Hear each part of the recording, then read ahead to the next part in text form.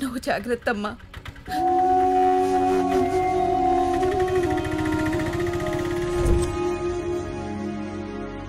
రేపు నువ్వు police officer అయ్యాక నీ చేతుల్లోంచి ఏ క్రిమినల్ తప్పించుకోలేడు.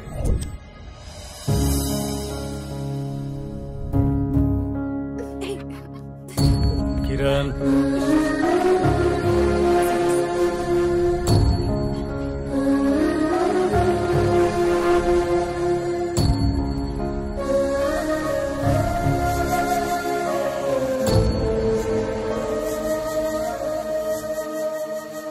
ఏంటమ్మా ఇది? అడిగిన దానికి సమాధానం చెప్పకుండా వెళ్తున్నావు. ఏం చెప్పమంటారు నాన్న?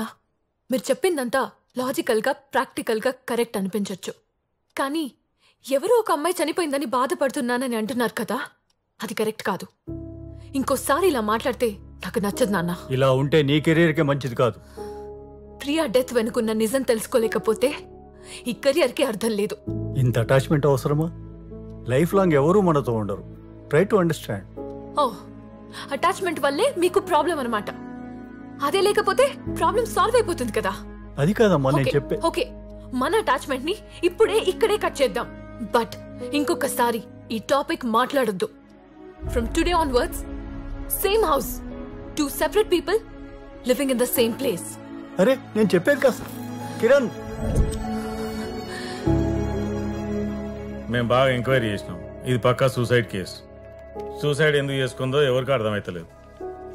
ఆ అమ్మాయి మీ ఫ్రెండ్ అన్నారు కదా, ఏమైనా డీటెయిల్స్ ఉంటే అక్కడ ఇచ్చిపోండి. అందరి దగ్గర అడిగారా? బస్తీలో ఎంక్వైరీ చేశారా? ట్యాంక్ చుట్టుపక్కల పైన చూసారా? వాచ్మెన్ ని క్వశ్చన్ చేశారా? అక్కడ ఏదైనా సీసీటీవీ ఉందేమో చెక్ చేశారా? లేదా ఇలాంటి లాలీపాప్స్ దొరికే ప్లేస్ కి ఆపండి. ఆ లాలీపాప్ అనేవాడు ఈ ప్రపంచంలో ఎవడు లేడు. అది నీకు చెప్తుంటే అర్థమైతలేదు.